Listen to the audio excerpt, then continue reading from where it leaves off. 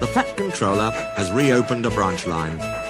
It runs along the coast by sandy beaches and seaside towns till it meets the small railway at a port to which big ships come.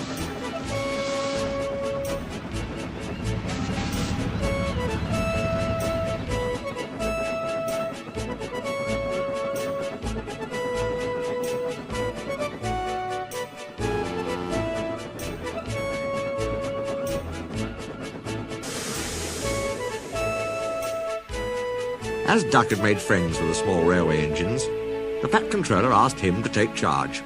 "Your work in the yard has been good," he said kindly. "Would you like to have this branch line for your own?" "Yes, please, sir," said Duck. "Very well," said the Fat Controller. "I hope you will work hard and be a credit to me." Duck is very proud of his branch line, and he works very hard. His two coaches, Alice and Mirabelle, are painted in Great Western colours. They take passengers to the small railway. Duck also has some trucks, in which he hauls away the ballast that the small engines bring down from their valley. The Fat Controller uses this ballast for his railway. Duck can't do all the work himself, so Donald and Douglas take turns to help him.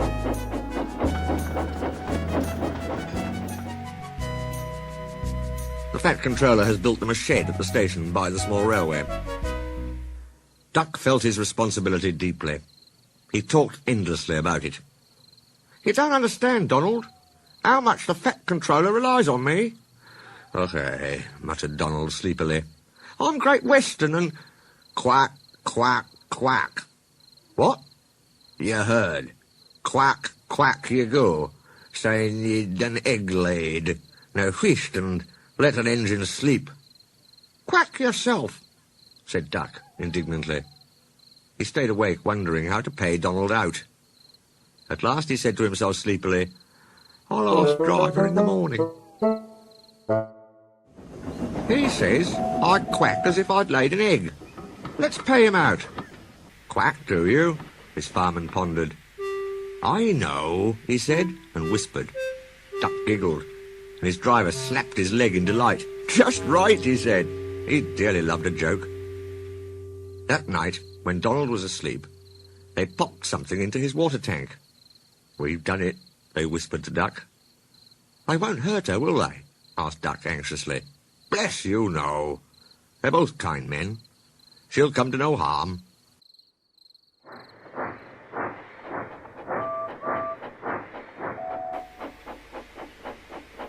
A duckling popped out of Donald's tank at the first water stop. Both driver and fireman goggled with surprise, but Donald laughed. "Need to taw, who's behind this?" he said, and told them what had happened in the shed.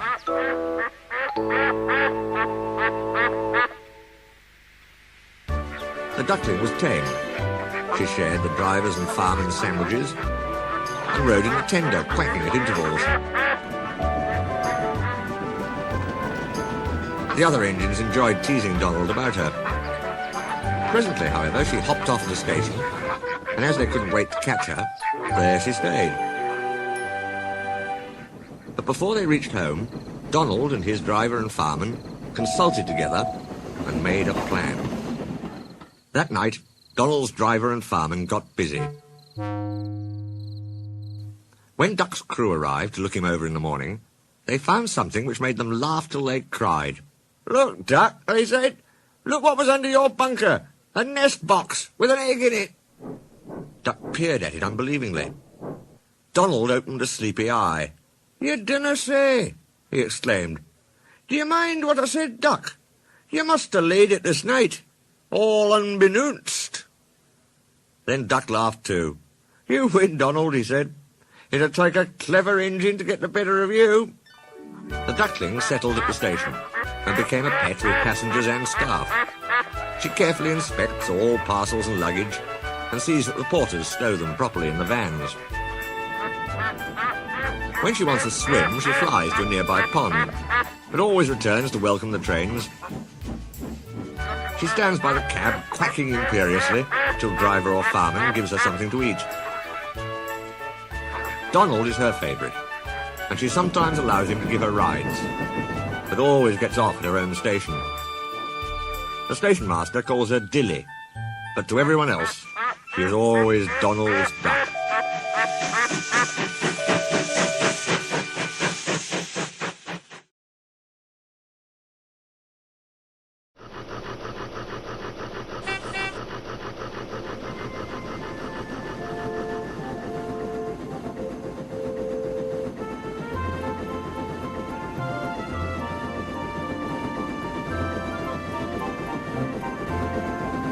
Oliver is a Great Western tank engine.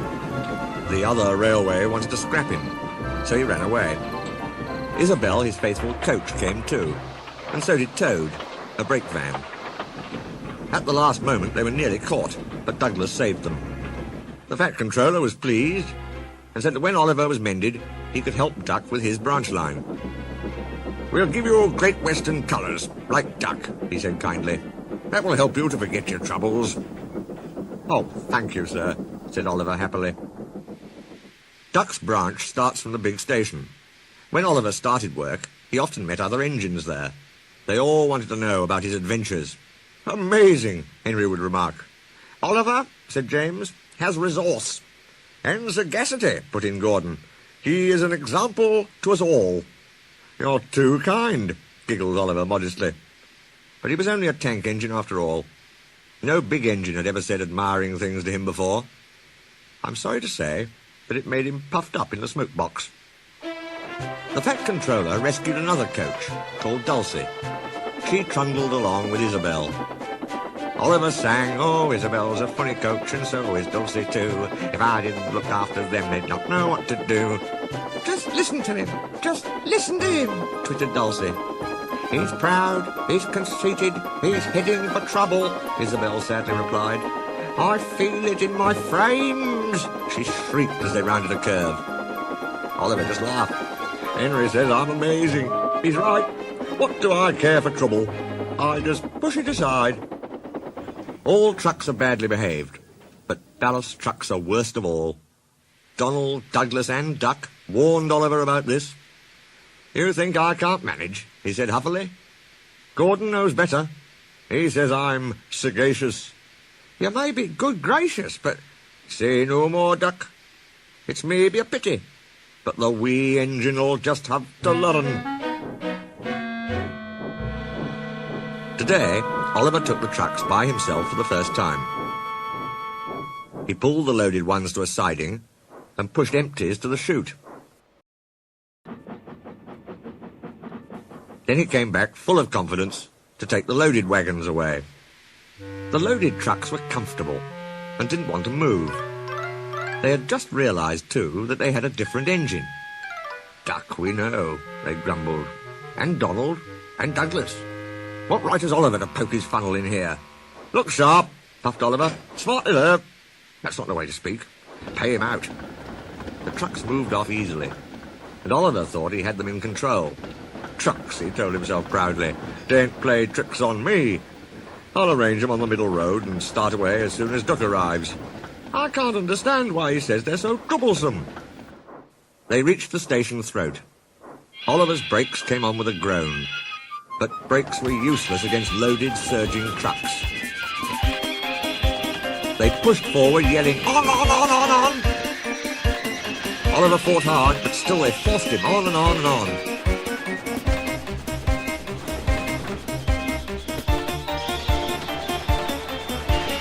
Their efforts slackened at last. "I'm winning," he gasped. "If only—" But it was too late. One moment his rear wheels were on the rails, the next they had none, and he was bunkered down in the turntable well, with a deluge of ballast all round him. When Duck arrived, he was stopped outside the station and flagged to the platform. He surveyed the wreckage. "Hello, Oliver," he remarked. "Are you being a good gracious engine? Beg pardon, of course, but we don't really like that sort of surprise. Donald and Douglas will miss their turntable." Later that day, Donald and Douglas spoke pungently in Scots, and the Fat Controller spoke pointedly in English. All three left Oliver in no doubt at all, but so far from being sagacious, he was a very silly engine.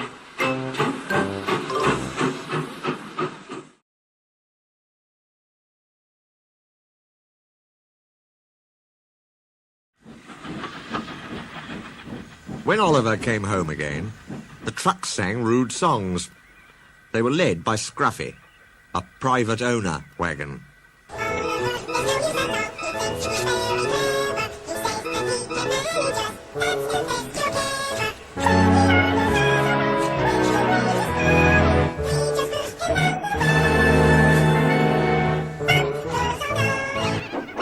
engines pumped them.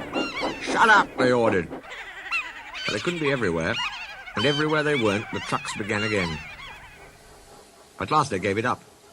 "We're sorry, Oliver," they said. "It's really my fault," he answered sadly.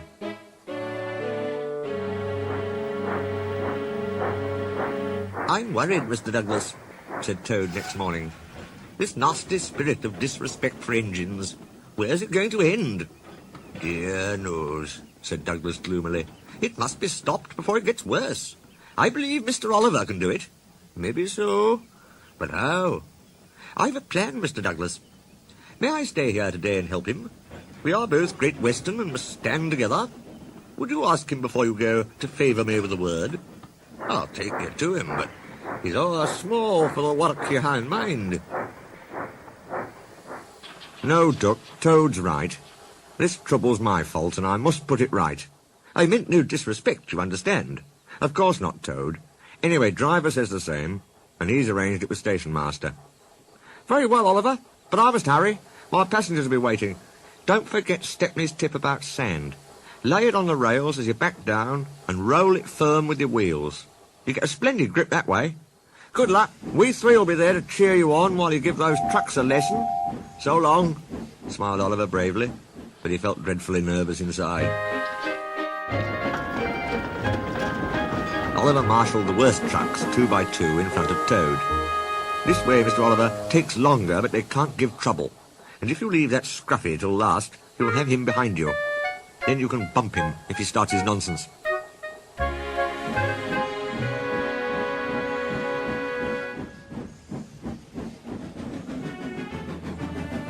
Duck arrived to find them ready and waiting. "3 cheers for Oliver and Toad," he called. Alice and Mirabell responded with a will, and so, wonderingly, did the passengers. "Hold back," whispered Scruffy. The trucks giggled as they passed the word. Oliver dug his wheels into the sand and gave a mighty heave. "Whoa!" groaned Scruffy. His couplings tightened. He was stretched between Oliver and the trucks. "I don't like this." "Go it," yelled Duck. "Well done, boy! Well done!" "Ow! Ow!" wailed Scruffy, but no one bothered about him. "Ow! Ow! I'm coming apart!" There came a rending, splitting crash. Oliver shot forward suddenly. Scruffy's front end bumped behind his bunker, while Scruffy's load spread itself over the track. "Well, Oliver, so you don't know your own strength. Is that it?" No, sir," said Oliver nervously. The Fat Controller inspected the remains. "As I thought," he remarked. "Rotten wood, rusty frames, unserviceable before it came." He winked at Oliver and whispered, "Don't tell the trucks that. Bad for discipline." He strode away, chuckling. Nowadays, Oliver only takes trucks when the other engines are busy, but they always behave well. "Take care with Mr. Oliver," they warn each other. "He's strong, he is. You play tricks on him, and he'll likely pull you in half."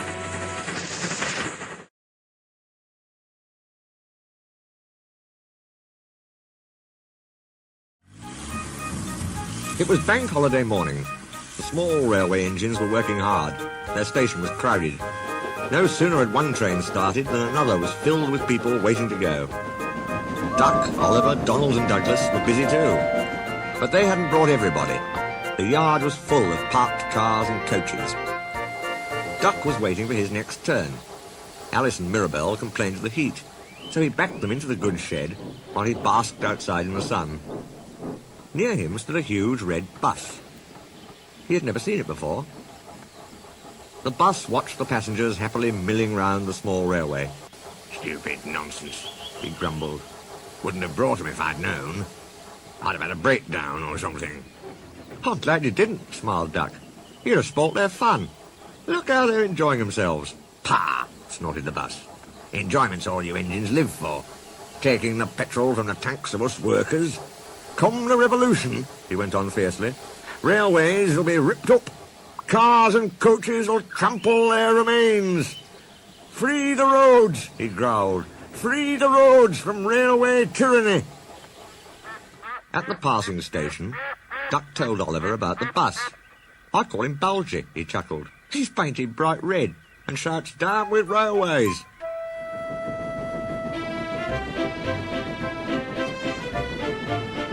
But next time they met, Oliver didn't laugh. Bulgy's friend has come, he said. He's red and rude too. He's taking Bulgy's passengers home so as to leave him free to steal ours. But he can't, objected Duck. Ours want to go to the big station. Bulgy bets he can get there before us. Rubbish. It's much further by road.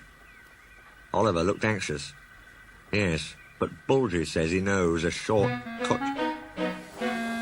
That evening, Donald, Oliver and Duck were preparing for the homeward rush. Duck's train was to be first out, but he had few passengers. He was soon to know why.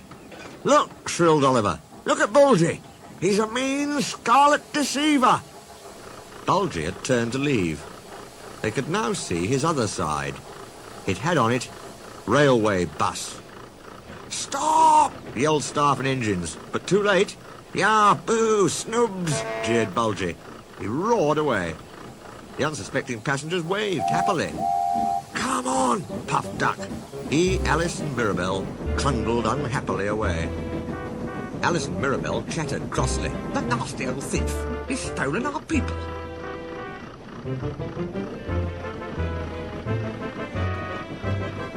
Duck wondered how to pay Bulgy out.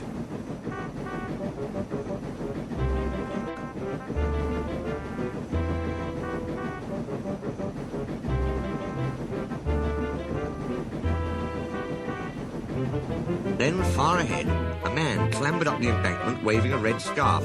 Danger! He shouted. The line here crosses a narrow road.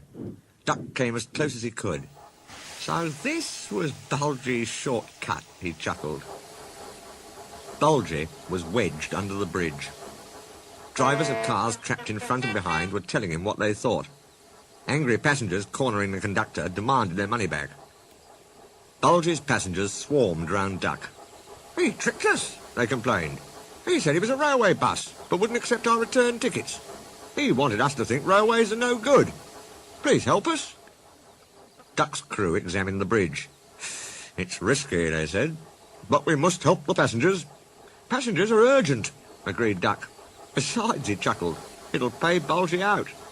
They laughed and told the passengers to wait on the other side of the bridge.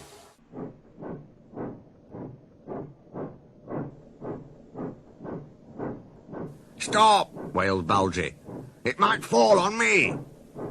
That, said Duck severely, would serve you right for telling whoppers. Bulgy howled as he felt the bridge quiver, but it didn't collapse. Duck made good time to the big station, and all passengers caught their trains. The fat controller arranged a shuttle service on the branch. Passengers changed trains at Bulgy's bridge.